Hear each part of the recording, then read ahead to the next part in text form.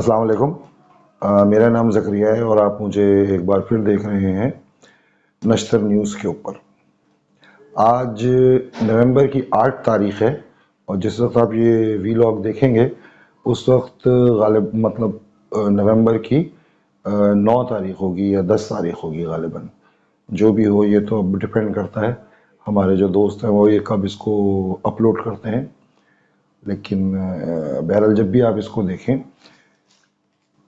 بات جو میں آج آپ سے کرنا چاہتا ہوں وہ یہ ہے کہ ہفتہ 6 نومبر، جی ہاں 6 نومبر، ہفتے کو 6 نومبر تھی، جی ہاں 6 نومبر، ہفتہ 6 نومبر کو پی ڈی ایم کا پاکستان ڈیموکریٹک موومنٹ، جو کہ اس وقت ملک میں بظاہر اپوزیشن کا کردار ادا کر رہی ہے، جو کہ اپوزیشن کہی جاتی ہے موجودہ حکومت کی، ان کا ایک ورچوئل اجلاس ہوا جس کی صدارت پی ڈی ایم کے جو صدر ہیں جناب مولانا فضل الرحمان صاحب، انہوں نے اس کی صدارت کی اور ورچوئل لنک کے ہی ذریعے نواز شریف صاحب نے جو کہ لندن میں موجود ہیں انہوں نے اس میں شرکت فرمائی۔ غالباً اس میں شہباز شریف صاحب بھی لاہور سے انہوں نے شرکت فرمائی تھی، میں کنفرم نہیں کہہ سکتا، لیکن بہرحال یہ 2 شخصیات تو تھیں، اور ظاہر ہے پی ڈی ایم کی دیگر جماعتوں کے بھی جو سربراہان ہیں وہ بھی موجود ہوں گے۔ اس اجلاس میں پاکستان پیپلز پارٹی موجود نہیں تھی جو کہ اپوزیشن کی ایک اور جماعت ہے، اور یہ اب سے کچھ عرصے قبل کچھ ناراضگی کی وجہ سے پی ڈی ایم سے علیحدہ ہو گئی تھی۔ تو اس اجلاس میں یہ طے کیا گیا کہ ہماری جو زبردست قسم کی اپوزیشن ہے وہ 6 مہینے خاموشی کے بعد یا 7-8 مہینے خاموشی کے بعد اب ان کو احساس اب ہوا ہے جا کر کہ جی عوام پس رہی ہے، مہنگائی بہت زیادہ ہو گئی ہے، لہٰذا ہمیں ملک کے مختلف شہروں کے اندر جو ہے وہ جلسے کرنے چاہیے، اور پھر آخر میں آ کے یہ لانگ مارچ کریں گے اسلام آباد کی طرف، اور یہ ان کی خواہش ہوگی کہ اس حکومت کو اٹھا کے پھینک دیا جائے اور نئے انتخابات کروائے جائے۔ اور نئے انتخابات میں بالکل جیسا کہ نظر آ رہا ہے کہ یہ جو تمام پی ڈی ایم کی جماعتیں ہیں یہ اس میں کچھ نہ کچھ حصہ لینا چاہتی ہیں۔ یہ میں آپ لوگوں کے لیے واضح کر دوں کہ یہ کوئی انتخابی معاہدہ یا انتخابی کیا کہنا چاہیے وہ انتخابی الائنس نہیں ہے، اتحاد نہیں ہے، یہ صرف ایک تحریکی الائنس ہے، تحریکی اتحاد ہے، جس کا مقصد یہ ہے کہ جو موجودہ حکومت نے ان کے خلاف، یعنی خاص طور پہ نواز شریف صاحب کی پاکستان مسلم لیگ نون اور پاکستان پیپلز پارٹی کے خلاف جو کریک ڈاؤن کیا ہوا ہے، جو ان کے اوپر زبردستی جو ان کو دبایا جا رہا ہے، اس کے خلاف احتجاج کیا جائے۔ مولانا فضل الرحمان کو بھی یقیناً کچھ نہ کچھ شکایتیں ہیں حکومت سے، جبھی وہ اس اتحاد میں شامل ہیں۔ اچھا، بات یہ ہے کہ نواز شریف صاحب کی جو پاکستان مسلم لیگ نون ہے، اس کا جو دائرہ اختیار ہے وہ ہے پنجاب، جو اس وقت ایجیٹیشن کا یا سمجھیں آپ احتجاج کا مرکز بنا ہوا ہے۔ پنجاب میں پہلے ہی تحریک لبیک پاکستان وزیر آباد میں ڈیرے ڈال کے بیٹھی ہوئی ہے اور انتظار کر رہی ہے کہ جو ان سے معاہدہ ہوا ہے اور جو ایک مین اس کی جو شق ہے وہ تو ہٹا دی گئی ہے ان کے اوپر سے، کالعدم کا نام ہٹا دیا گیا ہے، اب وہ اچھے بچوں کی طرح ملک کے سیاسی نظام میں حصہ لیں گے۔ اب وہ جو ہیں وہ دہشت گرد نہیں ہیں، وہ بھارت کے ایجنٹ نہیں ہیں، بلکہ وہ محب وطن پاکستانی ہیں جو کہ اب الیکٹوریل پروسیس میں حصہ لیں گے۔ تو یہ تو ہٹا دیا گیا ان کے اوپر سے، اس کا عمران خان صاحب نے اپروول بھی دے دیے۔ دوسرا جو ان کا بڑا مطالبہ ہے وہ ان کے سربراہ سعد رضوی کی رہائی ہے۔ سعد رضوی اس وقت جو ہیں وہ کہنا چاہیے حفاظتی تحویل میں ہیں، کوئی باقاعدہ گرفتار نہیں ہے، ان پہ کوئی کیس نہیں ہے، ایسا کوئی کیس نہیں ہے، ان کو صرف حفاظتی تحویل میں لیا گیا تھا 90 روز کے لیے، اور وہ 90 روز بھی گزر چکے ہیں۔ تو ان کی رہائی ہو جائے تو وہ اپنے ساتھیوں میں آ کے مل جائیں تو یہ واپس ہو جائیں گے۔ تو اصولی طور پہ تو سعد صاحب کی جو رہائی ہے وہ ہو جانی چاہیے تھی اب تک، لیکن وہ نہیں ہوئی، کوئی نہ کوئی یقیناً اس میں ٹیکنیکل وجہ ہوگی۔ بہرحال تو اس وقت جو مرکز ہے وہ پنجاب ہے، اور پنجاب ہی کے اندر تحریک لبیک پاکستان نے جو ہے وہ وزیر آباد میں موجود ہے۔ احتجاجی جو اپنی پروسیشن ہے، احتجاجی جو جلسہ جلوس یا لانگ مارچ تھی، اس سلسلے میں وہ وہاں پہ بیٹھے ہوئے. اب ایسے میں ہمارے جو پیاری اپوزیشن ہے، جن کا نیریٹو اس وقت کوئی نظر نہیں آ رہا بظاہر، مجھے تو کم از کم نہیں سمجھ میں آ رہا، آپ میں سے کسی کو اگر سمجھ میں آئے تو پلیز مجھے بتائیے گا. ان کا نیریٹو صرف یہ ہے کہ عمران خان کی حکومت کو ہٹاؤ اور دوبارہ الیکشن کراؤ تاکہ ہم دوبارہ آ جائیں. مولانا علاوہ اچھا مسلم لیگ نون کے کا جو مسئلہ ہے وہ یہ ہے کہ ان میں تنظیم نام کی کوئی چیز نہیں ہے. اس میں صرف لیڈر ہیں، سارے لیڈر بھرے ہوئے ہیں. کارکنان تو پتہ نہیں ہے کہ نہیں ہے، مجھے نہیں پتہ، میرا تعلق کراچی سے ہے، میں صرف وہی بتا سکتا ہوں جو سوشل میڈیا پہ نظر آتا ہے.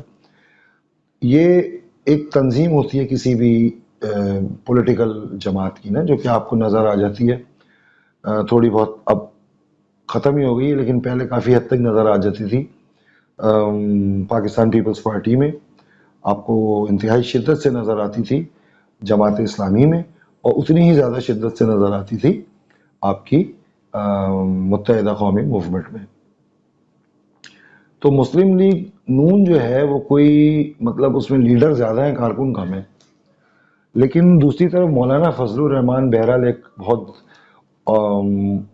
منظم قسم کے ایک کارکنان کی صدارت کرتے ہیں، ان کے سربراہ ہیں جو ان کا احترام کرتے ہیں بحیثیت عالم دین، اور کرنا بھی چاہیے، ہم بھی کرتے ہیں. علاوہ مولانا فضل الرحمان کے کوئی ان میں سے اس قابل نہیں ہے کہ وہ اپنے کارکنان کو سڑک پر لا سکے کسی نظریے کے پیش نظر. مسلم لیگ نون کا کوئی نظریہ تو اس وقت تک ہے نہیں.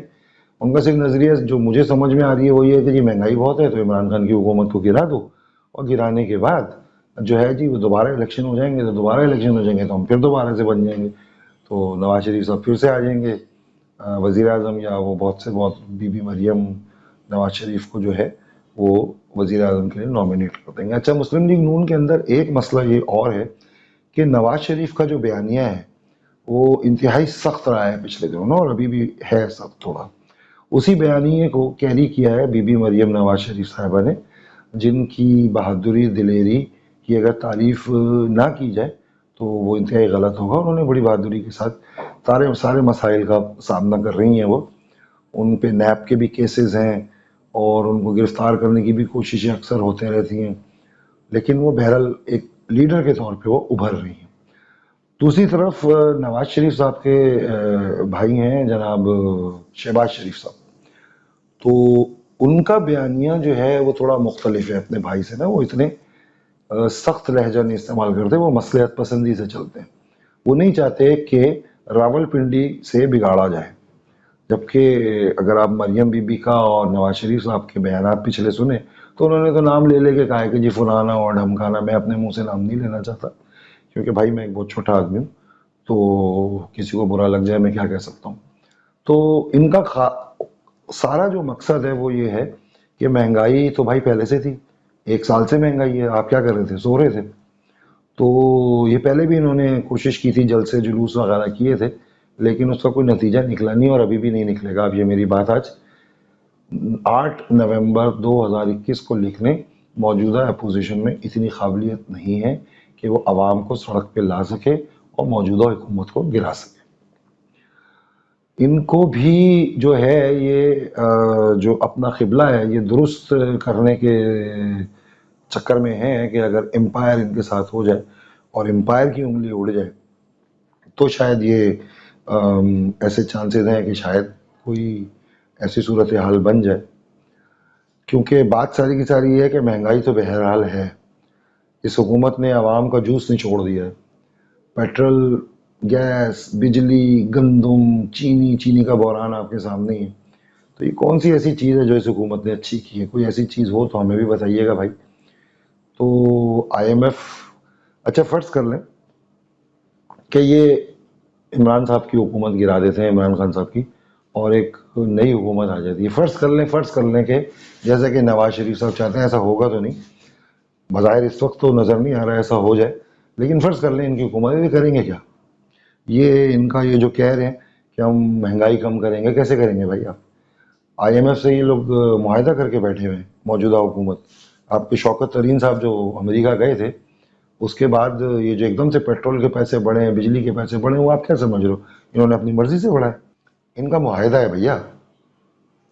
IMF کے ساتھ. اور اب اگر آپ دیکھیں تو کوئی نہ کوئی جو ضرورت ہے امریکہ کو بھی ہماری پڑ رہی ہے. جبھی IMF نے بھی اس قرض کو اپروو کر دیا ہے.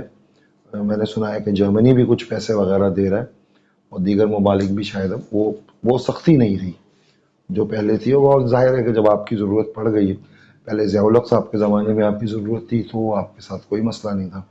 پرویز مشرف صاحب کے دور میں آپ کی ضرورت تھی تو کوئی مسئلہ نہیں تھا. تو ابھی پھر دوبارہ پڑ گئی تو امید یہی کی جاتی ہے کہ کیونکہ ہم صرف یہی بیچ سکتے ہیں تو ہمارا یہ والا جو پروڈکٹ ہے وہ بک جائے تو ہمارے حالات بھی اچھے ہو جائیں گے، کیونکہ پھر ڈالر آئیں گے ملک کے اندر.